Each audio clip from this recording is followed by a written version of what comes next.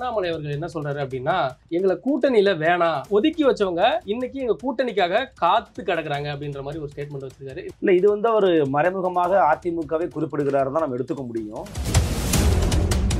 இவங்களோட வாக்கு வங்கி இவ்வளவு இருக்குங்கன்னு சொல்ல முடியும்னா அது நாம் தமிழர் கட்சிக்கு மட்டும் சொல்ல முடியும். ஏன்னா அவங்க தான் தொடர்ச்சியா தனிச்சு நிக்கிறாங்க. தனிச்சு நின்று இவ்வளவு பர்சன்டேஜ் ஓட்டு வாங்கியிருக்கான்னு காமிக்கிறாங்க. மற்ற யாரும் தனிச்சு நிக்கல. உண்மையிலேயே தமிழ்நாட்டுல 2026ல திமுக ஆட்சிக்கு வந்துடணும்னு வேலை பார்க்கறது யாருன்னு தெரியுமா? மரியாதைக்குரிய அண்ணாமலை தான். எப்படி சொல்றீங்க? ஏன்னா அண்ணாமலை தான் ரெண்டு பேரும் சண்டை போடும்போது மக்கள் தமிழ்நாட்டில் பாக்குறாங்க. எப்போதுமே நமக்கு எதிரான கட்சி பிஜேபி தான். பிஜேபி யார் எதிர்க்கிறாங்க? திமுக. அவங்களுக்கே ஓட்டு போடுவோம். தமிழ்நாட்டில் செட் ஆகிட்டே இருக்கு. செட் ஆகிட்டு இருக்குல்ல. நாம் தமிழரும் பாஜகவுக்கும் ஒரு மறைமுக கூட்டணி இருக்கு அப்படின்ற மாதிரி எல்லாம் பேச்சுவார்த்தை போகுது. அதை நம்ம எப்படி எடுத்துக்கலாம்? அப்படி இல்லைன்னு தான் பார்க்கணும். அண்ணாமலை பிளான் என்ன தெரியுமா? திமுக தான் நம்ம உண்மையிலேயே வந்து அண்டர்டேக்கிங்ல இருக்கிறோம். அடிக்கடி அண்ணனை பார்த்து பேசி கையை கீழே குலுக்கி எந்த பக்கம் டைவர்ட் பண்ணி விட்டுருவோம். நம்முடைய மாநில ஏற்கல. மாநில பிஎம்சி அமல்படுத்துறோம்னு சொல்லல. பிஎம்சியை நாங்க உட்கூராய்வு செய்வதற்கு ஒரு குழுவை அமைக்கவிருக்கிறோம் தான் சொல்லியிருக்கிறாங்க. அந்த கடிதத்துல இருக்கு. என் வீட்டுல எனக்கு வர வேண்டிய காசை நீ ஏன் கொடுக்க மறுக்கிறன்னு கேட்டா நம்ம கேட்கறது ரொம்ப எளிமையான கேள்வி. செம்மொழி இருக்க மும்மொழி எதிர்க்குங்க தான் அவனுடைய கான்செப்ட். நாங்கள் மூன்றாவது மொழியாக எதை வேணா படிக்கலாம்னு சொல்றோம். ஐயா, நான் ஏன் படிக்கணும்னு கேட்கிறேன். அறிவு வளரும், மாநிலம் வளர்ச்சி அடையும் அப்படின்னு சொல்றாங்கல்ல. யூபி, பீகார், ஜார்க்கண்ட், ஒடிசா, மகாராஷ்டிரா இந்த மாநிலங்களையும் தமிழ்நாடையும் கம்பேர் பண்ணுங்க. தமிழ்நாட்டுல தாய்மொழி வழி கல்வியோட எண்ணிக்கை குறைஞ்சுக்கிட்டே வருது. ஆங்கிலத்துக்கு முக்கியத்துவம் கொடுத்துக்கிட்டு இருக்காங்க தமிழ்நாடு அரசு. அதை முதல்ல நீங்க நிப்பாட்டணும். இவங்க அதை பண்றதன் காரணமாக தான் இவங்களுக்கு துளிர் விட்டு போச்சு. பொது வழியில் கோர்ட் ஆகுது, டேஷ் ஆகுதுன்னு சொன்னாருங்க. மரியாதைக்குரிய எச் ராஜா சொன்னாருங்க. மும்பை மன்னிப்பு கேட்டாரு. நீங்க நாகரிகத்தை பத்தி சமூகத்துக்கு கத்துக் கொடுக்குறீங்க. நீங்க நிர்மலா சீதாராமன் அம்மையாரை பார்த்து கேட்கிறேன். நீங்கள் பெரியார் காட்டு மிராண்டி மொழி என்று சொல்லிவிட்டாரே, அவர் ஏற்கிறேன் நீங்க கேட்கிறீங்க. உங்கள் வாதம் சரி என்றால் தமிழை நீஷ பாஷை என்று சொன்ன மகா பெரியவரை நீங்கள் எப்படி வணங்குகிறீர்கள்?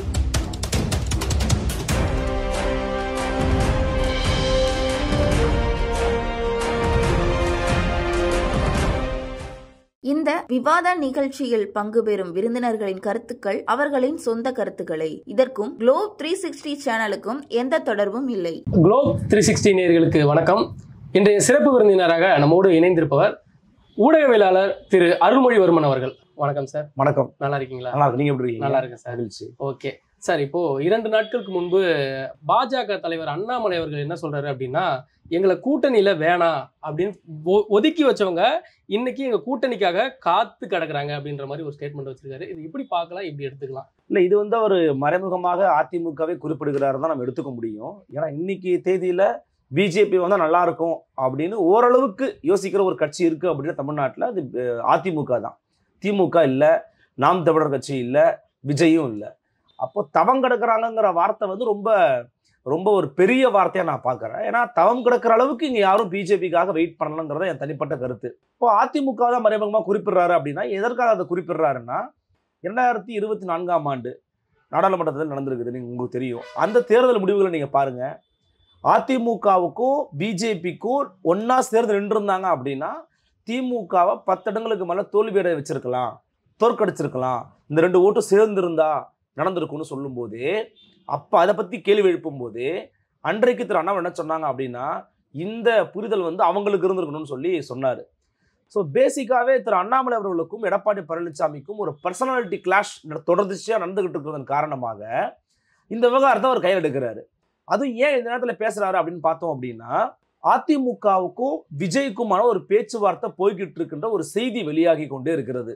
விஜய் அவர்கள் சில கட்டுப்பாடுகளையும் சில நெறிமுறைகளையும் சொல்றதன் காரணமாக அந்த பேச்சுவார்த்தை ரொம்ப லேக் ஆச்சு.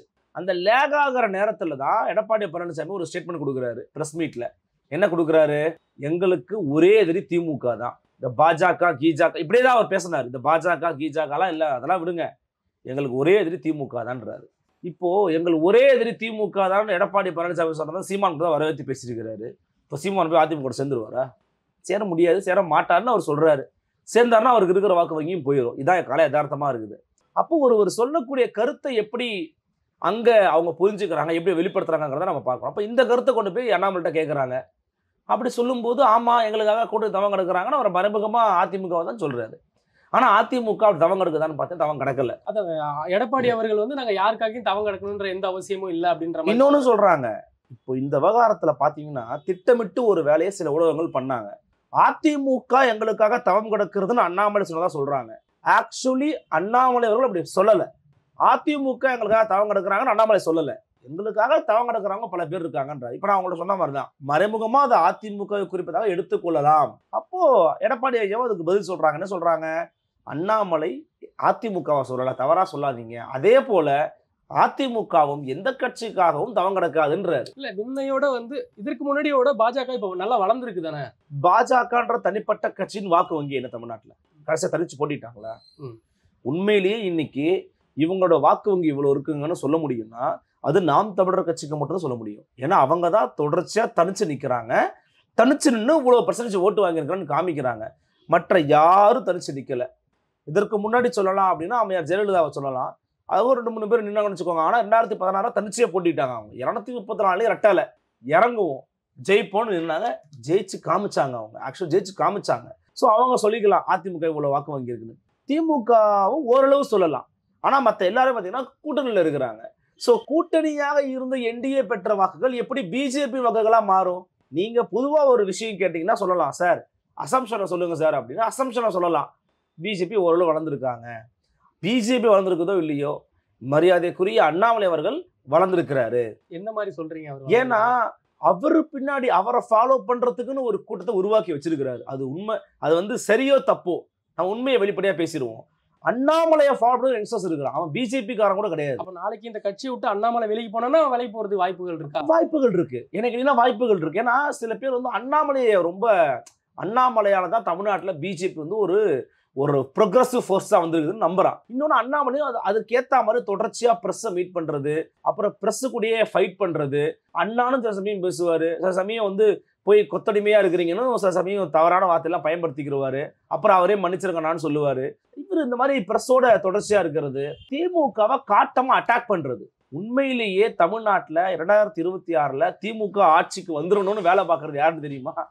மரியாதைக்குரிய அண்ணாமலை தான். எப்படி சொல்றீங்க? ஏன்னா அண்ணாமலை தான் தினசரி போட்டு திமுகவை வெளுக்கிறாரு. இவங்க என்ன பண்றாங்க?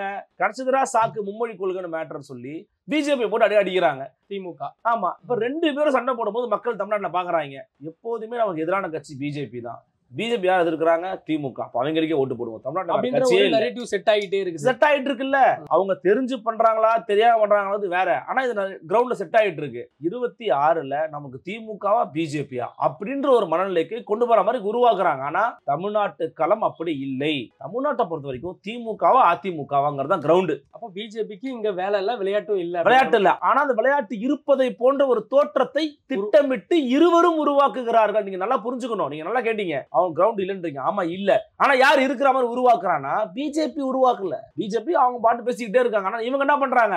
எப்ப பேசிட்டாப்பா நமக்கு எதிரா, அப்ப அவதான் நமக்கு எதிரி அப்படின்னு சொல்லி காமிக்கிறாங்க. அப்ப என்ன பண்றாங்கன்னா ஏடிஎம்கே, நாம் தமிழர் கட்சி, டிவிகே இப்படின்னு மற்ற மாநில கட்சிகளா இருக்கிறவங்க எல்லாரையும், பேசுபடுபவர்களா இருக்கிறவங்க எல்லாரையும், பாமக இப்படி எல்லாரையுமே சைட்லைன் பண்றாங்க. இவங்களை சைட்லைன் பண்ணிட்டோம்னா திமுக வர்சஸ் பாஜக இதாங்க தமிழ்நாட்டு அரசியல் கொண்டு போயிடலாம். இன்னொன்னு சித்தாந்த ரீதியா 2 பேருக்குமே முரண்கள் இருக்கு. ஆனா ஒத்துக்கிறேன், திமுகவுக்கு நேரடி சித்தாந்தம் வந்து பிஜேபி தான். ஆனா உங்களுக்கு இணையானவர்களான்னு பார்த்தா இணையானவர்கள் கிடையாது. தமிழ்நாட்டுல இல்ல, கிடையவே கிடையாது. இன்னைக்கு டேட்டா படி கிடையவே கிடையாது. மிஞ்சி போனா அவங்களுக்கு ஒரு 4% 5% வந்திருக்கலாம்.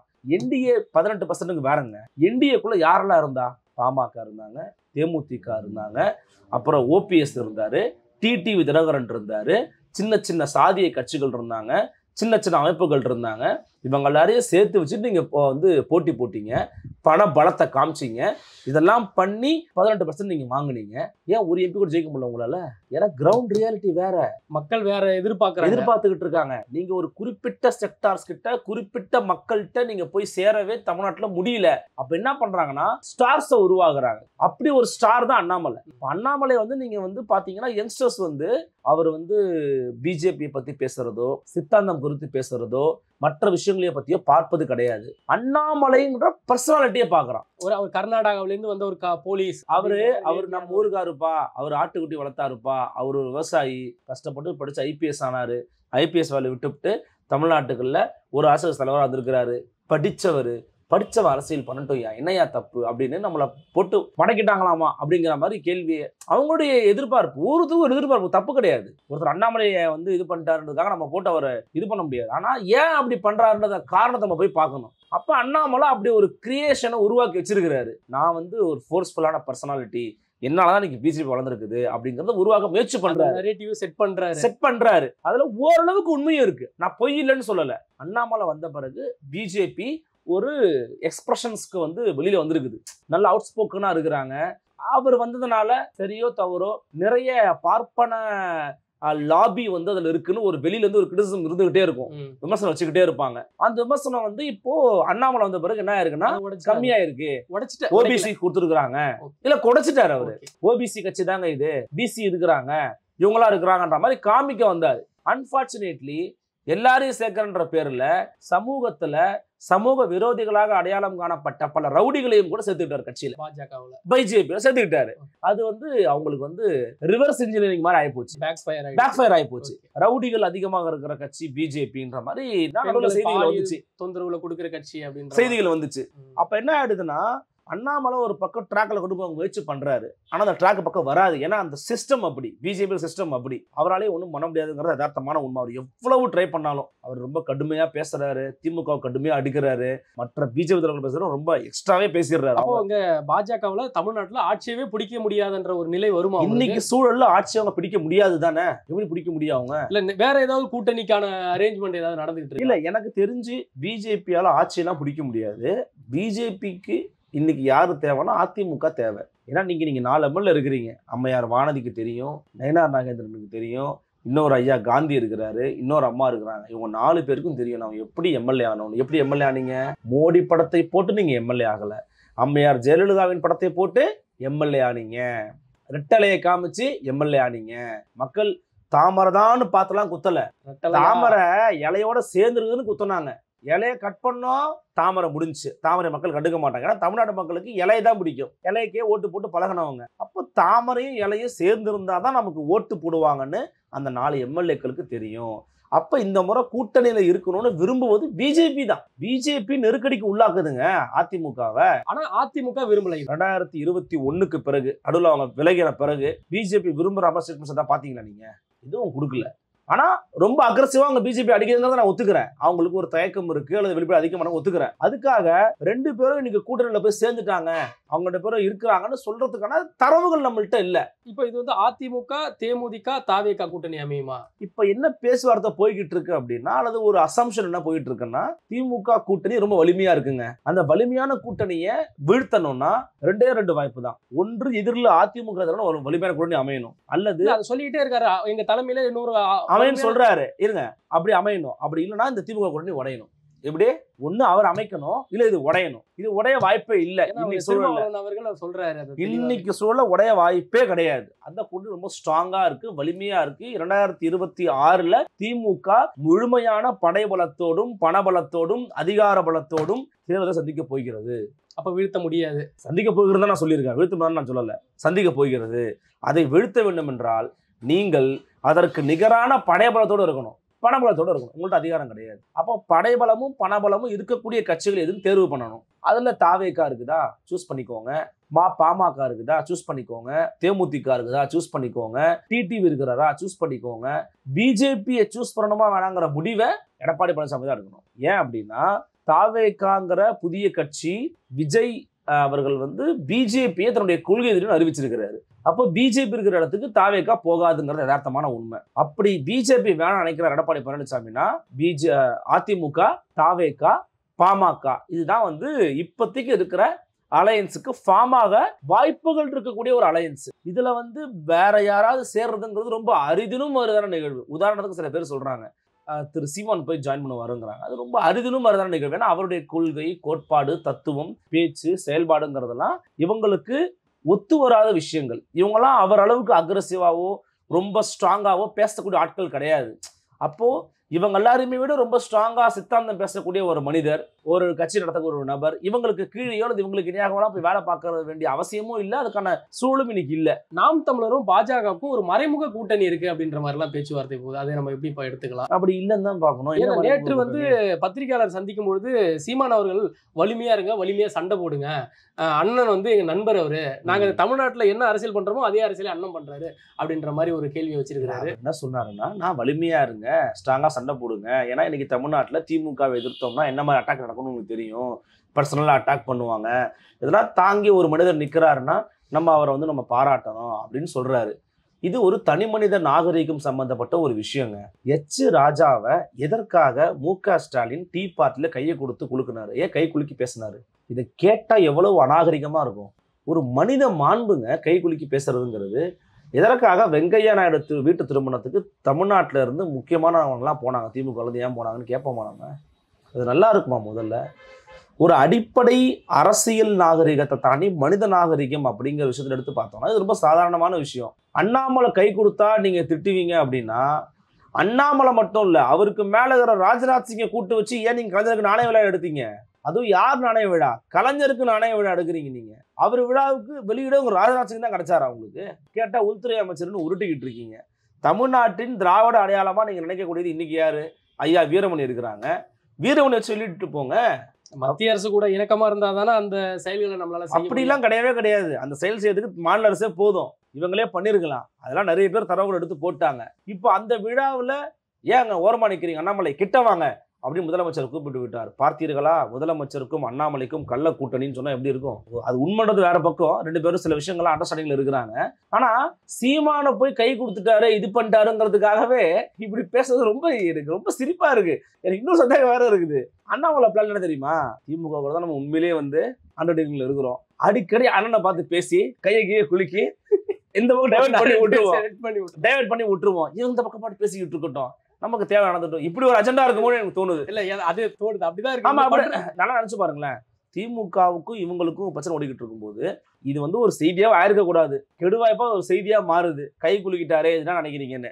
ஆனா இது வந்து ஒரு அண்ணாமல்ட்ட ஒரு விஷயத்த பாராட்டணும். அவர் சொல்றாரு, அண்ணா இதை கூட செய்தி ஆக்கிட்டீங்களா அண்ணா, இது எப்படின்னா ஆச்சு அப்படின்னு ஒரு வெள்ளந்தியா கேட்கிறார். ஒரு வேற வெள்ளந்தியா கூட அவர் பண்ணிருக்கலாம், அவர் இயல்பா கூட நடந்திருக்கலாம். ஆனா இதுக்கும் அரசியலுக்கும் முடிச்சு போறதுங்கிறது ரொம்ப அற்பத்தனமானது. உண்மையிலேயே ஒரு கேலிக்குரிய விஷயமா நான் பாக்குறேன். அதுக்கும் இவங்க மறைமுக கூட்டணி, கள்ள கூட்டணின்னு சொல்றதெல்லாம் ஒருத்தர் கட்டி பிடிச்சிட்டாருப்பா, ஒருத்தர் வந்து ரொம்ப ஸ்ட்ராங்கா வந்து கையை குலுக்கி நடந்துட்டாங்கப்பா அப்படிங்கிறதுக்காக ஒருத்தர் கூட்டணி சொல்ல முடியுமாங்க?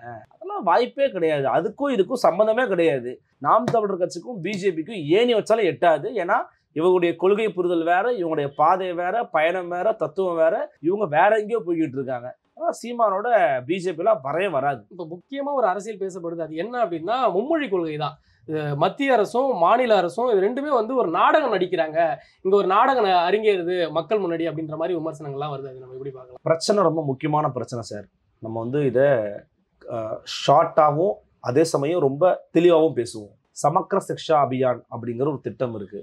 அந்த திட்டத்தின் கீழே மாநில அரசும் மைய அரசும் நிதி பகிர்வின் அடிப்படையில தமிழ்நாடு உள்ளிட்ட பல மாநிலங்களுக்கு பள்ளிகளை சீரமைக்க காசு கொடுக்கணும். அந்த காசுல நமக்கு இந்த ஆண்டு வர வேண்டிய காசை அவங்க கொடுக்கல. 2152 கோடி நம்ம ஆளுங்க கேட்கறாங்க, ஐயா காசை கொடு, எங்களுக்கு கொடுக்க வேண்டிய காசை கொடுத்துருன்னு கேட்கறாங்க. கொடுக்க முடியாதுப்பான்னு சொல்றாங்க. ஐயா ஏன் கொடுக்க முடியாதுன்னு இவங்க கேட்கறாங்க. நீ பிஎம்ஸ்டின்னு ஒரு திட்டம் தான் நான் வச்சிருக்கிறேன், அந்த திட்டத்தை நீ ஏத்துக்காம இருக்கிற, ஏத்துக்க நான் உனக்கு கொடுக்குறேங்கிறாங்க.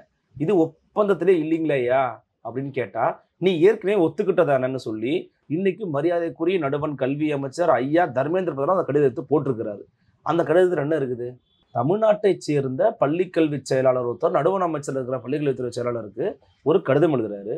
ஐயா இஃப் சோ அண்ட் சோ நீங்கள்லாம் அந்த திட்டத்தை போட்டிருக்கீங்க, நல்லா பண்ணுவீங்கன்னு நினைக்கிறேன், பிஎம்சின்னு சொல்றீங்க, இருந்தாலும் எங்கள் டீமில் வந்து ஒரு குழுவை போடுறோம், அந்த குழு ஒரு அறிக்கை சமர்ப்பிக்கும், அப்புறமா பேசுறேன்னு சொல்லியிருக்காங்க. இதில் என்ன இருக்கு? யூ டர்ன் போட்ட அரசுங்கிறாங்க. அரசு யூ டர்ன் போடல, நான் ஓப்பனா பேசுறேன். இல்ல அவங்க இந்த கொள்கையை வந்து ஏத்துக்கிட்டாங்க, உடன்பட்டுக்கிட்டாங்க, திரும்ப அங்க போய் தான் இந்த மாதிரி ஒரு கலாட்டா பண்றாங்க. இது முதல்ல ஒன்று சொல்றேன், இதை ஐயா அரசு நம்முடைய மாநில அரசு ஏற்கல. மாநில அரசு பிஎம்ஸ்டியை நான் அமல்படுத்துறேன்னு சொல்லலை. பிஎம்ஸ்டியை நாங்கள் உட்கூராய்வு செய்வதற்கு ஒரு குழுவை அமைக்கவிருக்கிறோம்னு தான் சொல்லியிருக்கிறாங்க. ஆனால் அந்த கடிதத்தில் இருக்குது, அந்த கடிதத்தில் அதான் இருக்குது. இவங்க ஏற்றுக்கிட்டாங்களா இல்லையாங்கிறது கடிதத்தில் வேணாலும் சொல்ல முடியும். கடிதத்தில் அப்படி இல்லை. இன்னொன்னு சொல்றேன், இவங்க ஏத்துக்கிட்டு யூட்டர்ன் போடவும் என்னங்க தப்பு? நான் ஏன் நலனை பத்தி தான் நான் யோசிப்பேன். இந்த அரசு தப்பா இருக்கு, சரியில்லை, ஆமா சரியில்லை, எங்க அப்பா சரியில்லை தான், அதுக்காக எங்க அப்பா இல்லைன்னு சொல்றது. அவர் திருத்த வேண்டியது என்னுடைய வேலை தான். யூட்டர்ன் போட்டாங்களா, யூட்டர்ன் போட்டு தொலையிட்டோம், தப்பு பண்ணி தொலைகிறாங்க, நிறைய விஷயம் தப்பு தான் பண்றாங்க. ஆனா இப்போ நம்ம விஷயத்துக்கு வருவோம். என் காசை ஏன் கொடுக்க மாட்டேங்க?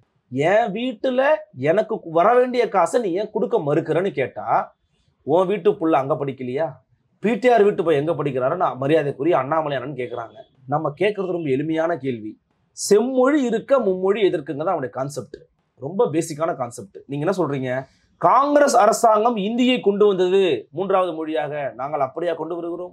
நாங்கள் 3வது மொழியாக எதை வேணா படிக்கலாம்னு சொல்றோம். ஐயா, நான் ஏன் படிக்கணும்னு கேட்கிறேன். அறிவு வளரும், மாநிலம் வளர்ச்சி அடையும் அப்படின்னு சொல்றாங்கல்ல. அது நீங்க சொல்றது நல்ல பாயிண்ட்டுங்க. இதை படிச்சா அறிவு வளரும், அதையும் தாண்டி என்ன சொன்னீங்க, மாநில வளர்ச்சி வரும். நீங்க கம்பேர் பண்ணுவோம். ஊபி, பீகார், ஜார்க்கண்ட், ஒடிசா, மகாராஷ்டிரா இந்த மாநிலங்களையும் தமிழ்நாடையும் கம்பேர் பண்ணுங்க. நான் இருமொழியை கத்துக்கிட்டு நான் எப்படி வளர்ந்துருக்கிறேன், என் அறிவு என்ன, என் ஆற்றல் என்ன, என் திறமை என்ன, என் வளர்ச்சி என்ன, என்னுடைய முன்னேற்றம் என்னன்னு கம்பேர் பண்ணுங்க. நான் வளர்ந்துருக்கிறேன், நான் அறிவுலையும் ஆற்றலையும் திறமையிலையும் முன்னேறி இருக்கிறேன். நான் எதுக்கு ஃபெயிலியர் மாடலை ஃபாலோ பண்ணணும்னு கேட்கறது சாதாரணமான கேள்வி. நீங்க அந்த கேள்விக்கு பதில் சொல்லாம உன் புள்ள எங்க படிக்கிறான்னு கேட்குறீங்க. பிடிஆர் புள்ள மக்காவே இருக்கட்டுங்க, அவர் மக்காவே இருந்துட்டு போட்டோம், பணக்கார புள்ள எங்க வேணா படிக்கட்டும். நான் பேசுறது அரசின் கொள்கையை பற்றி, அரசு பள்ளியில படிக்கக்கூடிய மாணவர்கள் பற்றி. கூலி வேலைக்கு போய்கிட்டு இருக்கான், தினசரி காலையிலையும் மாலையிலையும் தாயும் பெற்றோரும் வேலைக்கு போறாங்க அப்படின்னா அந்த குழந்தைக்கு வீட்டுல தாய்மொழியை சரியாக கற்றுக் கொடுப்பதற்கு சூழல் இருந்துகிட்டு இருக்கு. ஆங்கிலம் ஒரு அந்நிய மொழி, அந்த மொழியை படிப்பதற்கே இங்க சில பலவிதமான ஸ்ட்ரகிள்ஸ் தான் படிச்சுக்கிட்டு இருக்கான். 3வது மொழி எதற்கு படிக்கணும்? நீங்க தமிழ்நாட்டை தாண்டி உங்களால வர முடியாது. தமிழ்நாட்டை தாண்டி நான் போனா கத்துக்கிறேன், என்ன பிரச்சனை இருக்கு? தேவையின் அடிப்படையில நான் கத்துக்க முடியுங்க ஐயா, நல்லா புரிஞ்சுக்கோங்க. எனக்கு இப்போ நான் நீங்க சொல்ற மாதிரி எடுத்துக்கோங்க, நான் ரொம்ப வாய்ப்பு கம்மி. நீங்க சொல்ற மாதிரி இப்போ எனக்கு நாகாலாந்து போகணும், நாகாலாந்து ஒரு வேலை இருக்குது. அந்த நாகாலாந்துல நான் ஆங்கிலம் தெரிஞ்சாலும் நான் வேலை பார்த்துட முடியுங்கிற யதார்த்தமான உண்மை. இன்னைக்கு அந்த நாகாலாந்துல நீங்க நாகா மொழி கத்துக்கணும்ன்றாங்க. அங்க போய் கத்துக்கிற 2 மாசம் கத்துக்கிறேன். இப்போ நீங்களும் நானும் 2 பேரும் வாங்க, ஒரு 2 மாசம் பெங்களூர் போவோம், ஒருத்தர் ஸ்டே பண்ணுவோம். 2-3 மாசம் கழிச்சு நம்ம வரும்போது நம்மை அறியாமலேயே ஒரு 30 வார்த்தை நம்ம கன்னடம் பேசுவோமா மாட்டோமா? நம்மளை அறியாமல் 30 கன்னடம் பேசுவோமா மாட்டோமா? நிச்சயமா பேசுவோம். எப்படி பேசுறோம்? அங்க போனா அந்த மக்களோட பழகுறோம், பேசுறோம், பாக்குறோம், ஒரு மொழியை கத்துக்கிறோம், புரியுது, அவ்வளவுதான். உங்களுக்கு இன்னொரு மொழியை கத்துக்கணும்ன்ற தேவை இருந்தா கத்துக்க போறோம். எந்த மொழிக்கு நம்ம எதிரி கிடையாது. ஆனா நீங்க என்ன பண்றீங்கன்னா 3வது மொழியை கத்துக் கொடுக்குறோம், அது தடுக்கிறாங்களே, பாவிகள் தடுக்கிறாங்களே. மட்டும் சொல்லல, நீங்க பிரான்ஸ் கத்துங்க, பல மொழி கத்துங்க. அவங்க என்ன சொல்றாங்கன்னா இந்திய மொழி தான் சொல்றாங்க. ஐயா, இந்திய மொழிகளை எதை வேணா கத்துக்கங்கன்றாங்க. இந்திய மொழிகளை நான் முதல்ல வேற மொழியை கத்துக்க வேண்டிய தேவை இருந்தா கத்துக்கிறது, இல்லைன்னா வேண்டாம். நீங்க இவ்வளவு பேசுறீங்கல்ல, இந்த நடுவர் அரசு இவ்வளவு பேசுது, என்இபி பத்தி இவ்வளவு பேசுறாங்க, புதிய கல்விக் கொள்கையை பத்தி. இதே புதிய கல்விக் கொள்கையில நாங்க 1 to 5 வரைக்கும் தமிழ் வழியில கத்துக் கொடுக்கிறோம், தாய்மொழியில கத்துக் கொடுக்குறோம். இதை போய் இப்படி பண்றீங்களே அப்படிங்கிறாங்க. இதே விவகாரத்தை ஏன் நடுவர் அரசால இன்றிலிருந்து எல்லா சிபிஎஸ்இ பள்ளிகள்லையும், எப்படி எல்லா சிபிஎஸ்இ பள்ளிக்கூடத்துலையும் தமிழ்நாட்டை உட்பட சொல்றேன், அந்தந்த மாநிலத்தில் இருக்கிற தமிழ் தாய்மொழியை கட்டாயம் மாத்துங்க பாப்போம். நீங்க சிபிஎஸ்இல தாய்மொழியை கட்டாயம் மாத்த முடியுமா? இந்த அரசால மாற்றத்திற்கான திராணி இருக்கிறதா? அப்போ தமிழ்நாடு இந்த பிஜேபியினுடைய சித்தாந்தத்துக்கு உள்ளாகாத ஒரு மாநிலமா இருந்துகிட்டு இருக்கு, இந்துத்துவத்துக்கு அடிப்படையான மாநிலம் இருந்துகிட்டு இருக்கு. அப்ப எப்படி அடிப்படையை வைக்கலாம்னா அடிமடியில கை வைக்கலாம். உன் அடிமடி எது? உன் அறிவு, உன் கல்வி, உன் சிந்தனை. அந்த சிந்தனையும் அறிவையும் ஆற்றலையும் அழிக்கணும்னா உன் மொழி அழிச்சா போதும். நாங்க தாய்மொழியிலேயே கத்துக் கொடுக்குறோம். நாங்க தாய்மொழியே போதும். Why should I learn third language? ஹிந்தியை கூட விட்டுருங்க, எனக்கு எதற்கு 3வது மொழி படிக்கணும்? முதல்ல எனக்கு தமிழ் நல்லா தெரியுங்க. என் தாய்மொழி அறிவின் வாயிலாக என்னால் ஆங்கிலத்தை புரிந்து கொள்ள முடிஞ்சது. நான் ஒரு லிவிங் எக்ஸாம்பிள், நான் ஓப்பனா சொல்றேன். 12ஆம் வகுப்பு வரைக்கும் தாய்மொழியில என்னுடைய தமிழ் வழியில தான் நான் படித்தேன். அதன் பிறகு கல்லூரிக்கு போனேன், பிடெக் ஐடி படிச்சேங்க, முழுக்க ஆங்கில வழியில தான் படித்தேன். நான் ஃபர்ஸ்ட் கிளாஸ் தான் பாஸ் பண்ணேன். அதன் பிறகு நான் ஊடகத்துக்காக சில பணிகள் செஞ்சேன், படித்தேன். அப்புறம் நான் ஏங்கிக்கிட்டு தான் இருக்கிறேன். என்னால என் வாழ்க்கையில எந்த விதமான ஒரு தேக்க நிலையும் பார்க்கவே முடியலையே. நான் அடுத்தடுத்து கொஞ்சம் கொஞ்சமா மேலதான் போய்கிட்டு இருக்கதான் உணர்றேன். எனக்கு மொழி தடையாவே இல்லையே. என்னை நீங்க நாளைக்கு ஊப்பில போய் விட்டா கூட நான் ஒரு செய்தி சேகரிச்சு கொண்டு வந்து கொடுக்க முடியும். அந்த திறமை எனக்கு இருக்கு, எனக்கு ஆற்றல் இருக்கு. இந்த ஆற்றலும் திறமையும் ஒருவர் தாய்மொழி வழியாக கல்வி என்றாலும் வரும், அடிப்படையில் வரும். நீங்க தமிழ்நாடு மேல தப்பு இருக்குது, தமிழ்நாடு கவர்மெண்ட்டை பத்தி நேத்து மத்திய இணையமைச்சர் பேசியிருக்கிற கருத்தும் மத்திய அரசு பேசுகிற கருத்தும் உண்மைதான். என்ன ஒரு உண்மை அதுல இருக்குதுன்னா, தமிழ்நாட்டுல தாய்மொழி வழி கல்வியோட எண்ணிக்கை குறைஞ்சிக்கிட்டே வருது. ஆங்கிலத்துக்கு முக்கியத்துவம் கொடுத்துக்கிட்டு இருக்காங்க தமிழ்நாடு அரசு. அதை முதல்ல நீங்க நிப்பாட்டணும். இவங்க அதை பண்றதன் காரணமாக தான் இவங்களுக்கு துளிர் விட்டு போச்சு. ஆங்கிலத்தை வளர்க்குற அவங்களுக்கு ஆங்கிலத்து மேல ஒரு வன்மம் இருக்குது. எனக்கு வந்து ஆங்கிலத்து மேல வன்மம் இல்லை, ஆனா கோபம் இருக்கு. என்னன்னா, நீங்க தமிழ் இந்திய தடுக்கிறன்ற பேர்ல ஆங்கிலத்துக்கான முக்கியத்துவத்தை அதிகமா கொடுத்துட்டீங்க. எல்லா இடத்துலயும் ஆங்கிலமயமா மாறி நிக்குது. இதன் வாயில என்ன ஆகுதுன்னா, தமிழ் மொழியினுடைய தாய்மொழியினுடைய முக்கியத்துவத்தை மாணவர்களுக்கு தெரியாம போகுது. உண்மைதான். இன்னைக்கு நீங்க ஒரு அரசு பள்ளி மாணவரையோ தனியார் பள்ளி மாணவரையோ நீங்க கூப்பிட்டு எழுத சொல்லுங்க, எழுத மாட்டேங்கிறான். அவனுக்கு வந்து தமிழ்ல வந்து எழுதுவதற்கோ பேசுவதற்கோ படிப்பதற்கோ தடுமாற்றம் இருக்குது. இல்ல இது இந்த தமிழ்நாட்டு மாநிலத்துல மட்டும்தான் அந்தந்த தாய்மொழியை பேச முடியல, எழுத முடியல, இல்ல மற்ற மாநிலங்கள்லயும் அப்படிதான் இருக்குதா? மற்ற மாநிலங்களுடைய கல்வி முறை பத்தி எனக்கு அவ்வளவா தெரியல. ஆனா இப்ப உதாரணத்துக்கு பாருங்க, சந்திரபாபு நாயுடு சொல்றாரு தெலுங்கு கட்டாயமா தெரியணும். மகாராஷ்டிரா பிஜேபி ஆள்ற மாநிலம், அவர் சொல்றாரு மராத்தி முக்கியங்க. அப்ப என்னன்னா, ஒரு மாநிலத்துக்கும் கட்சி வேறுபாடை தாண்டி மாநில மொழி உணர்வுங்கிறது அடிப்படை. திமுக, அதிமுக, நாம் தமிழர், பிஜேபி, காங்கிரஸ், சிபிஎம், பாமக, விசிகான்ற எல்லா கட்சி வேறுபாடும் விட்டுட்டு மொழி கொடியக்காக நீங்க நிக்கணும், தாய்மொழிக்காக நீங்க நிக்கணும், எல்லாரும் மாநிலங்களும் நிக்கணும். ஆனா இவங்க நிக்க மறுக்கிறாங்க. இதுல கொடுமை என்ன அப்படின்னா, இந்த NEP 2020 பத்தியும் மும்மொழி விஷயத்தை பத்தியும் பேசுவதை விட்டுவிட்டு ஒருவர் அன்சிவிலைஸ்டு அன்டெமோக்ராட்டிக்னு தமிழக எம்பிக்களை பார்த்து பேசுவதும் தவறானது, மிக மிக தவறானது.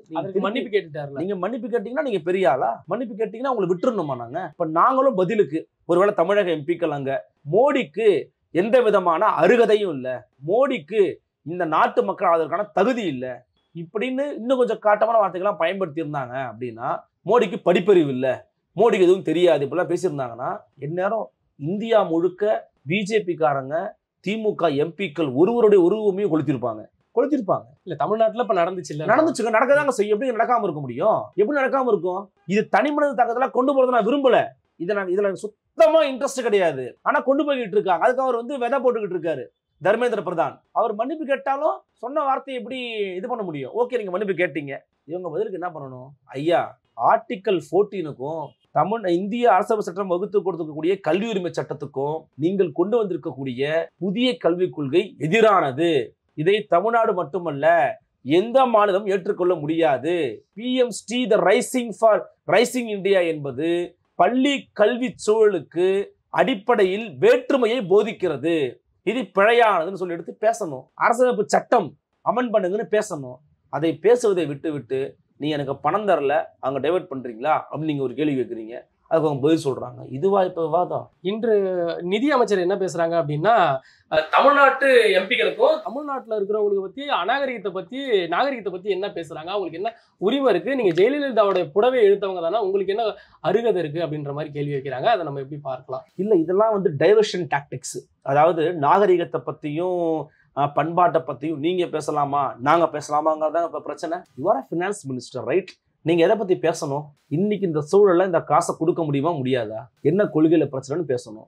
நீங்க அநாகரிகத்தை பத்தியும் நாகரிகத்தை பத்தியும் பாடம் எடுக்கிறீங்க. உங்கள் கட்சிக்காரங்களுக்கு நீங்க பாடம் எடுத்தீங்களா? முதல்ல பொதுவில் என்ன வார்த்தையை பயன்படுத்தினா உங்க கட்சிக்காரர்? மரியாதைக்குரிய பொன் ராதாகிருஷ்ணன் சொல்றாரு அறிவாலயம்னா ரெட் லைட் ஏரியாவான்னு கேட்டாரு. என்ன வார்த்தை இதெல்லாம்?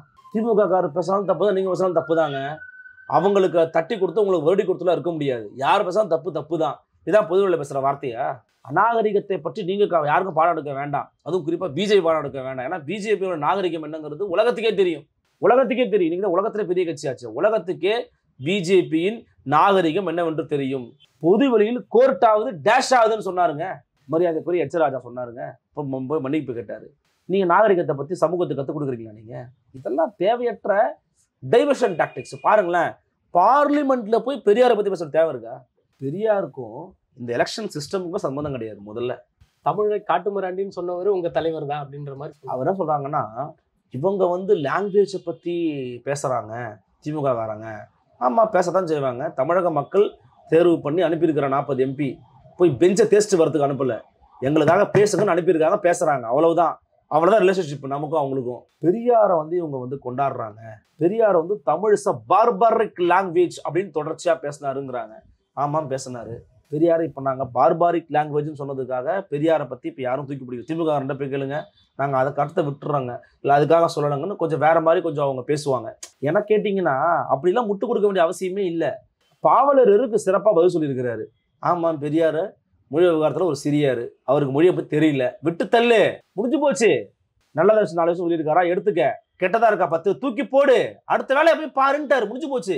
இப்போ இவங்க பெரியாரை சொல்லி பேசுனதுக்கு இப்போ தேவையான பேச்சு அதை நினச்சி பாருங்களேன். இப்போ நம்ம பதில் இப்போ பெரியாரா அவங்க சொல்றாங்க. சரி, இதை நான் வந்து பிஜேபியை பார்த்து கேட்குறேன், நிர்மலா சீதாராமன் அம்மையாரை பார்த்து கேட்குறேன். நீங்கள் திமுகவை பார்த்து பெரியார் காட்டு மிராண்டி மொழி என்று சொல்லிவிட்டாரே, அவர் ஏற்கிறேன் நீங்க கேட்குறீங்க.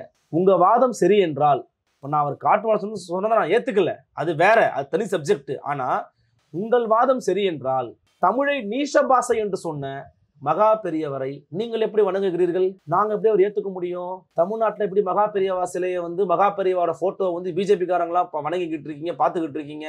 அப்ப நாங்க அந்த அவருடைய புகைப்படத்தை நாங்க என்ன பண்றது? அந்த போட்டோஸை நாங்க என்ன பண்றது? தமிழை நீச பாஷைன்னு சொன்னவரை தமிழ்நாட்டுக்குள்ள கொண்டாடிட்டு இருக்கிறோம், உங்களை நாங்க என்ன பண்றது? நீங்க இன்னைக்கு எங்கள் பிரதிநிதியா அங்க போய் உட்காந்து பேசிக்கிட்டு இருக்கீங்களே, மக்களுக்கு எதிராக பேச, உங்களை நாங்க என்ன பண்றது? செத்து போன பெரியாரை விட்டுருவோம், மகா பெரியார் விட்டுருவோம், தமிழை நீச பாஷைன்னு சொன்னவரை நீங்க வணங்குறீங்களா இல்லையா? உங்களை என்ன சொல்றது? இது உண்மை என்னன்னா, தமிழர்கள் அடிப்படையில தமிழை காட்டு மொழின்னு சொன்னது கிடையாது, நீச பாஷைன்னு சொன்னது கிடையாது. இவங்க 2 பேரோட எல்லா கருத்தையும் ஏத்துக்கிட்டதும் கிடையாது. நம்ம தனிச்சு இயங்கிட்டு இருந்திருக்கிறோம். இந்த திராவிடம் பேசுறவங்க என்ன பண்றாங்கன்னா, இவங்களை கேள்விக்கு மறந்துடுறாங்க, கேள்வி கேட்கறதே கிடையாது.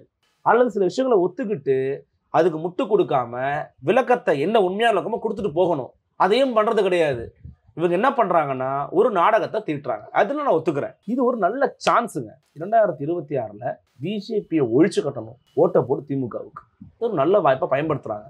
நான் இந்த வாய்ப்பை உருவாக்குனாங்கன்னு சொல்லல, பயன்படுத்துறாங்க. நான் வார்த்தை பயன்படுத்தி திமுக இதை பயன்படுத்துறாங்க. இந்த வார்த்தை ரொம்ப முக்கியம், ஏன்னா கட் பண்ணி போடுவாங்க சில பேர். திமுக இந்த வாய்ப்பை தேர்தல் அரசியலுக்காக பயன்படுத்தி கொண்டு நாடகம் போடுகிறது தான். உண்மைதான், ஒரு புல்டாஸ் பால் மாதிரி தான். ஆமா, அவங்களுக்கு ஒரு வாய்ப்பு கிடைக்குதுங்க சார். உங்களுக்கு ஒரு வாய்ப்பு கிடைக்குது பொலிட்டிக்கல்ல, அந்த பாலிடிக்ஸ்ல கிடைக்கிற வாய்ப்பை ஒரு கட்சி பயன்படுத்தணும். அதான் அரசியல் கட்சிக்கான அழகு. அந்த வாய்ப்பை பயன்படுத்துறாங்க. அவங்களுக்கு இயல்பாக உணர்வோட பேசுவாங்க, போடு இன்னும் கொஞ்சம் பேசுவோம் நம்ம. ஆனால் அதனால லாபம் இருக்கா, பலன் இருக்கான்னு பார்த்தோம்னா பலன் இல்லை. ஏன்னா சார், நீங்க இந்த பாதையில போனாதான் சண்டை போட முடியும்னு நான் சொல்றேன். நீங்க யாருமே இல்லாத பாதையில போட்டு அங்க அப்ப சண்டை போடுறேன்னு சொல்றீங்க, யாருமே இல்ல, போறது வேஸ்ட். அப்படியான பாதையில போய்கிட்டு இருக்கீங்க. பிஜேபி போயிட்டு இருக்காங்க, திமுக போய்கிட்டு இருக்கு. நீங்க வாய் சண்டை போட்டுக்கிட்டு இருக்கீங்க சார். நமக்கு சட்ட சண்டை தேவை சார். ஒருத்தர் இவரை சொல்லிட்டார், இவர் பெரியார சொல்லிட்டார், இவரை சொல்லிட்டார், இவர் அவர், இதுவா இப்ப பிரச்சனை? அப்ப 2 பேரோட நோக்கமும் என்ன? மக்கள் பிரச்சனையே பேசவே கூடாது, மக்களுக்கு தேவையான செய்யவே கூடாது. 2 பேரும் சண்டை போட்டுக்கிட்டு இருக்கீங்க. அதுவும் நினைச்சு பாருங்க, இந்த விஷயம் தேவையானதுங்க, இந்த விஷயம் மக்களோட பிரச்சனைங்க. இதுக்காக நீங்க என்ன பண்ண போறீங்கன்னா, straight to the point out பண்ணி கொஸ்டின் பண்ணணும். பாயிண்ட் அவுட் பண்ணவே இல்லை. நீங்க இந்த நிதியை இதுக்காக நீங்க கொடுக்கலையே, நீங்க இதை மறுக்கிறீங்களா சார்? இந்த NEP 2020ங்கிறது அடிப்படையில கல்வி சூழலுக்கு எதிரானது சார், சட்டத்துக்கு எதிரானது சார். இதை நீங்க எப்படி சார் கொண்டு வந்து விவாதத்துக்கு உருவாக்குங்க? நீங்க மற்ற மாநிலங்களா கூட்டு போங்க, மற்ற மாநில துணைக்கு அழைச்சிட்டு போங்க, உங்க இந்தியா பிளாக் இதுக்காக ஒண்ணு சேருங்க, இந்தியா பிளாக் இஸ் அகேன்ஸ்ட் NEPன்னு பேசுங்க. அதை பண்ணீங்கன்னா அதுல ஒரு பிரயோஜனம் இருக்கு. இதை பண்ணாம நீங்க எவ்வளவுதான் கத்தனாலும் கூப்பாடு போட்டாலும் அவங்க திருப்பி உங்களை கேட்பாங்க, உங்க ஸ்கூல் உங்க பசங்க படிக்கிறாங்க இப்படின்னு கவை குதவாத வாதங்களை அவங்களும் பேசுவாங்க. நீங்களும் பதிலுக்கு பேசிட்டே இருக்க வேண்டியதுதான். திமுக அரசு மேல தொடர்ச்சியா மத்திய அரசு ஒரு தாக்குதல் ஏற்படுத்திக்கிட்டே இருக்கா. ஏன்னா இடி ரைடு தொடர்ச்சியா அவங்க மேல விடுறாங்க. அது விட்டதுக்கு அப்புறம் இவங்க இது எதிர் தாக்குதல் பண்றாங்க, எங்களுக்கு மும்மொழி கொள்கையில பணம் கேட்கிறோம், அந்த மாதிரி கேட்கும்போது இந்த மாதிரி எங்களை திசை திருப்புறாங்க அப்படின்ற மாதிரி சொல்றாங்க. இதை எப்படி பார்க்கலாம்? இது நம்ம தொடர்ச்சியா பேசுறதுனால நேயர்களுக்கு எப்படி போகுதுன்னு நீங்க எப்படி பிரிச்சு கூட போடுவீங்களாட்டு இருக்கும். ஆனா நம்ம பேசியிருக்கோம் பார்த்தீங்களா, இந்த மும்மொழி கல்விக் கொள்கை இந்த விவகாரத்துக்கும் இந்த அமலாக்கத்துறை ரெய்டுக்கும் 1% கூட சம்பந்தம் கிடையாது.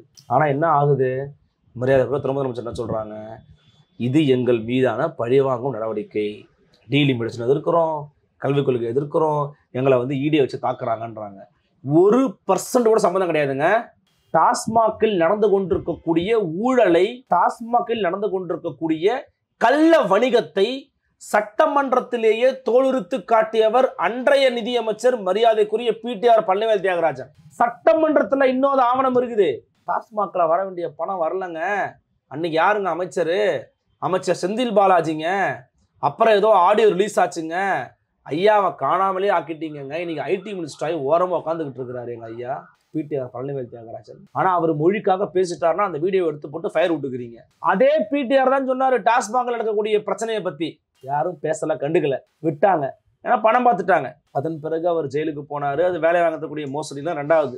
ஆனா நான் அண்மையில எங்கள் 4th ஸ்டேட் தமிழோட ஒரு பேட்டி எடுத்திருந்தேன். மரியாதைக்குரிய சிஐடி தோழர் வச்சு பேட்டி எடுத்திருந்தேன். அவங்களுடைய வலியும் வேதனையும் சொல்லி மாளாது. சிம்பிளா சில விஷயங்களை மட்டும் சொல்றேன். டாஸ்மாக்ல எப்படி பிரச்சனை இருக்குது, எப்படி ஊழல் பண்றாங்கன்னு சொல்றேன். இப்போ அதிகமா சேல்ஸ் ஆகிற சில டாஸ்மாக் கடைகள் இருக்கும். ஒரு சில குறிப்பிட்ட இடங்கள்ல ரொம்ப அதிகமா சேல்ஸ் ஆகும். அந்த கடைகளுக்கு பக்கத்துல FL2ன்னு சொல்லுவாங்க. FL2 என்றால் மணமகள் மன்றங்கள். அந்த மணமகள் மன்றங்களுக்கு தமிழக அரசு லைசன்ஸ் கொடுக்குறாங்க. யாருக்கு கொடுக்குறாங்கன்னா அதிகமா திமுக அனுதாபிகளுக்கும் திமுகவுக்கும் கொடுக்குறாங்க. அந்த மணமகள் மன்றம் தான் ஒரு கிளப்பு சார். கொஞ்சம் சிம்பிளா புரியுறமான கிளப்னு நான் சொல்றேன். அந்த கிளப்புகளுக்கு வரக்கூடிய வருமானம் வரணும் அப்படின்னா இந்த டாஸ்மாக் கடைகள் வந்து மூடப்படணும். அப்போ இந்த டாஸ்மாக் அதிகமா சேல்ஸ் ஆகக்கூடிய டாஸ்மாக் கடைகளை இழுத்து மூடி இந்த கிளப்புகளுக்கு அந்த பணத்தை கொண்டு போய் சேர்க்கிறாங்க. இது மறைமுகமாக அந்த வேலையை தொடர்ச்சியா பார்த்துக்கிட்டு வராங்க. இப்போ இது மட்டும் பார்க்காம இந்த FL2க்கு டாஸ்மாக்ல இருந்து சரக்கு போகுது சார். இது அடிப்படையிலேயே அன்எத்திக்கல், மிகவும் தவறானது. அந்த உற்பத்தி இடத்துல இருந்து டைரக்டா FL2க்கு போகுது. அப்படி போக முடியாது. அதுவும் பிளாக்ல போய்கிட்டு இருக்கு. ஏன்னா நீங்க ஒரு FL2க்கு போறீங்கன்னா ஒரு மணமகள் மன்றம் இதெல்லாம் என்கிட்ட வந்து தரவுகளோட அவர் சொன்னாரு. ரொம்ப ஷாக்கிங்கா இருக்கு நமக்கு. கையில உங்களுக்கு வந்து அந்த பொருளை கொடுக்க மாட்டாங்களாமா. அங்கே இருந்துதான் வந்து சாப்பிட்டு வரணும்னு சொல்றாங்க. அப்போ அங்க கையில பொருள் கொடுக்குற அளவுக்கு விஷயங்களை பண்ண ஆரம்பிச்சிருக்கிறாங்க. இது மட்டும் இல்லாம ஒரு டாஸ்மாக் பாறுகளில் நடக்கக்கூடிய ஊழல், அதுல டெண்டர் எடுக்கக்கூடிய ஊழல், உள்ள நீங்க காலையில ஆரம்பிச்சு இரவு 10 மணி வரைக்கும் குடிக்கிறாங்க. குடிப்பகங்களை திறந்து வச்சிருக்கிறாங்க. ஒரு நாளைக்கு 1 கோடி குடிகாரர்கள். அப்போ 10 மணிக்கு மேல சேல்ஸ் நடக்குதா இல்லைன்னு செக் பண்ணணும். அதே போல 10 மணிக்கு உள்ள ஒரு கடைக்கு இப்ப என்ன பண்ண இன்ஸ்பெக்ஷன் நீங்க போறீங்க. இப்போ நீங்க ஒரு இன்ஸ்பெக்டர் ஆஃபீஸர் கடைக்கு போறீங்க. 10 ரூபா மேல வாங்கணும்னா உங்க மேல ஃபைன் போடலாம், உங்களை வந்து இடமாற்றம் செய்யலாம், உங்களை வேலை விட்டு நீக்கலாம். அதுக்கான அதிகாரம் எல்லாமே இருக்குது. ஒரு வெத்து பேப்பர் சார். இப்போ இந்த மாதிரி ஒரு வெத்து பேப்பர் வச்சுக்கோங்க. இது ஒரு வெள்ளை பேப்பர். உன் பேர் என்னப்பா? அன்பு. நீ வந்து 10 ரூபாய்க்கு கூட மேலே வாங்கியிருக்காமே சார். 10 ரூபான்னு போடாதீங்க சார். நீ எவ்வளோ தருவேன்? ஸோ 2 ரூபா உங்களுக்கு தரேன் சார். 2 லட்சம் தரேன் சார். சரி, அப்புறம் உனக்கு நீ 8 ரூபா வாங்குறேன்னு போடுறேன். இவர் சரக்குக்கு 8 ரூபாய் வாங்கியிருக்கிறார். உங்களுக்கு ஒரு 1000 ரூபா ஃபைன். எப்படி? இப்போ அந்த ஊழலை கண்டுபிடிக்க வர இப்ப இது என்ன நடக்குதுங்க? இதுக்குள்ள ஒரு ஊழல் நடக்குது. அப்போ இது தொடர்ச்சியா இந்த சிஸ்டமே பாத்தீங்கன்னா ஒரு போர்ஜரி சிஸ்டமா மாறி போய் நிக்குது. முழுக்க கழிவா நிக்குது. டிஎம்னு ஒரு போஸ்ட் இருக்குங்க. MBADன்னு ஒருத்தர் வரான். இந்த MBADன்னு என்னதுக்கு வராங்கன்னா காசு கொடுத்து லஞ்சம் கொடுத்து வராங்க. இந்த MBADMs உள்ள வந்துட்டு இந்த டிஎம்க்கு நிகரான வேலையெல்லாம் பார்த்துக்கிட்டு இருக்காங்க. காசுக்காக வேலை பார்க்குறாங்க. அண்மையில ஒரு செய்தி நடந்துச்சு. அந்த செய்தி நான் அப்படியே சொல்றேன். இது தோழர் சொன்னதுதான். முக்கியமாக தாராபுரம் பகுதியில் ஒரு திமுக நிர்வாகி ஒருத்தர் அந்த பக்கத்தில் இருக்கிற எல்லா டாஸ்மாக்ல இருக்கிற நிர்வாகிகளையும் கூப்பிட்டு, இங்கே பாருங்க, நாளைக்கு 1000 ரூபா வீதம் நினைக்கிறேன், ஒரு 1000 ரூபா வீதம் போட்டால் அவருக்கு ஒரு நாளைக்கு கிட்டத்தட்ட 60,000-70,000 வருது. இதை சேர்த்து எனக்கு கொடுத்துடணும், மாமலா கொடுத்துடணும் அப்படிங்கிறாரு. அவங்க கொடுக்க மறுக்கிறாங்கன்னு அவங்களுக்குள்ள பேசிக்கிறாங்க. இதை பொது வழியில ஒரு இடதுசாரி தொடர் பொது வழியில பேசிடுறாரு. பேசின உடனே எப்படா அது கட்சிக்காரங்க அதுக்கு போச்சுன்னு சொல்லி அதை இவங்க தான் சொல்லியிருப்பாங்க. ஏன்னா சங்கத்தில் இருக்கிறாங்க, இவங்க தான் சொல்லியிருப்பாங்கன்னு அந்த 2 பேரையும் தண்ணீலா காட்டுக்கு அனுப்பிட்டாங்க. டிரான்ஸ்ஃபர் போட்டு. எதுக்கு? உண்மையை வெளியே பேசுறான்னு சொல்லிட்டு. இப்போ அந்த 2 பேரும் அங்க இருக்கிற ஒரு முக்கியமான டாஸ்மாக் அதிகாரி கிட்ட போய் சொல்றாங்க, ஐயா எங்களுக்கு இந்த மாதிரி மாத்துறது தப்பையான்னு. போய் திமுக நிர்வாகிகிட்ட கன்வின்ஸ் பேசிட்டுவான்னு அனுப்பியிருக்காங்க. அவருக்கும் இந்த டாஸ்மாக் நிர்வாகத்துக்கு என்ன சம்பந்தம்? அப்ப இது யாரு கீழே நடந்துகிட்டு இருக்கு? செந்தில்பாலாஜிக்கு நடக்குதா இல்லையா? செந்தில்பாலாஜி தெரிஞ்சு நடக்குது, தெரியாம நடக்குதா? அவர் சொல்லி நடக்குதா? அப்போ டாஸ்மாக் முழுக்கவே பிளாக்ல பலவிதமான பிரச்சனை நடந்துகிட்டு இருக்கு. அப்ப இடி ரைடு வந்து இது தெரிஞ்சுதான் வந்து இடி ரைடு இது தெரிஞ்சுதாங்க வராங்க. ஏங்க நீங்க சுத்தமா இருந்தீங்கன்னா ஏங்க உங்கள்கிட்ட வராங்க? திரும்ப என்ன பண்றாங்கன்னா பழிவாங்க நடவடிக்கைன்னு சொல்றாங்க. ஏன் பழிவாங்க நடவடிக்கை மற்ற யார் மேலேயும் போல? சரி, பழிவாங்க நடவடிக்கைனா எந்நேரம் தூக்கி உள்ள போட்டு உங்களை எவ்வளவு பெருசா மாத்திருக்கணும். அவ்வளவு மனித புனிதர்களா நீங்கெல்லாம்? ஏன் செந்தில்பாலாஜி மட்டும் தான் தப்பு நடக்குதா? அவருடைய துறையில மட்டும் தப்பு நடக்குதா? மற்ற துறைகள்லாம் ரொம்ப சூப்பரா நடந்துகிட்டு இருக்கா? மற்ற துறைகள் லஞ்சமே வாங்குறது இல்லையா? ஊழல் நடக்கிறது இல்லையா? சூப்பரா இருக்கிறாங்களா? அப்பெல்லாம் ஒண்ணும் இல்லையே. அப்போ என்னன்னா, இதை பழிவாங்கும் டூலாக பிஜேபி பயன்படுத்தான்னு கேட்டா பயன்படுத்துது. ஆனா இந்த விவகாரத்துல இருக்கான்னு நீங்க பாக்கணும். இந்த இஷ்யூல அப்படி இல்ல. ஏன்னா உண்மையிலேயே அங்க தப்பு நடந்துகிட்டு தான் இருக்குது. அது யார் சொல்றா?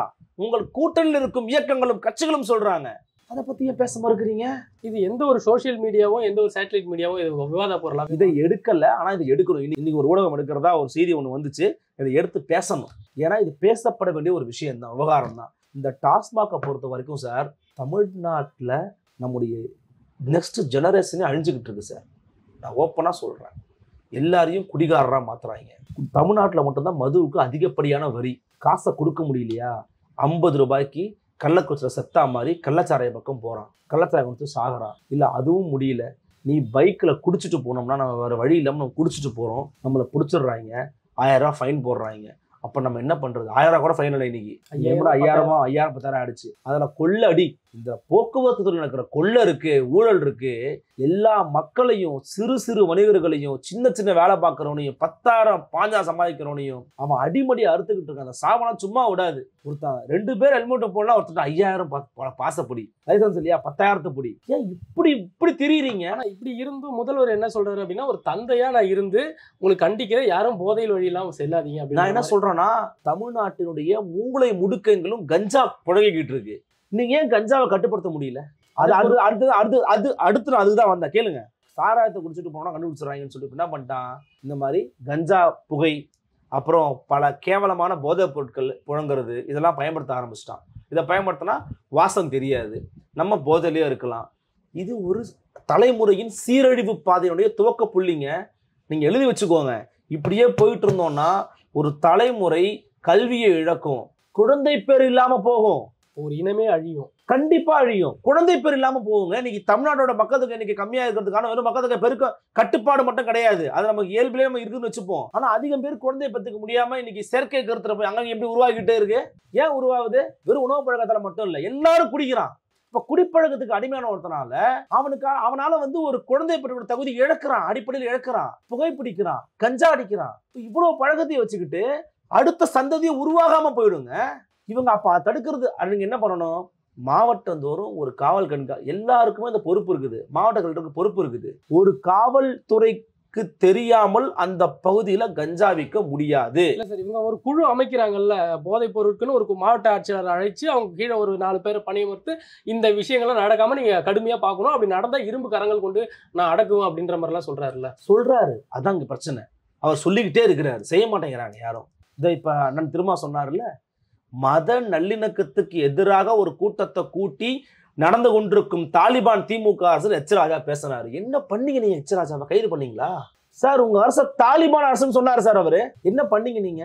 சீமானோட பர்சனல் மேட்டர் கிடைச்சுன்னு சொல்லி அவர் வீட்டுல போய் ஒரு வாட்ச்மேன் அவர் ஒரு வீட்டுல ஒரு காவலாளி இருந்தாருன்னு சொல்லி அவர் பிடிச்சு கொண்டு போய் உங்க வீரத்தை காமிச்சிங்க. வேற என்ன? சம்மனை கிழிச்சதுனாலதானே அந்த சம்மனை கிழிக்காதான் சட்ட ரீதியாக அவங்கள பண்ண முடியும் சார்.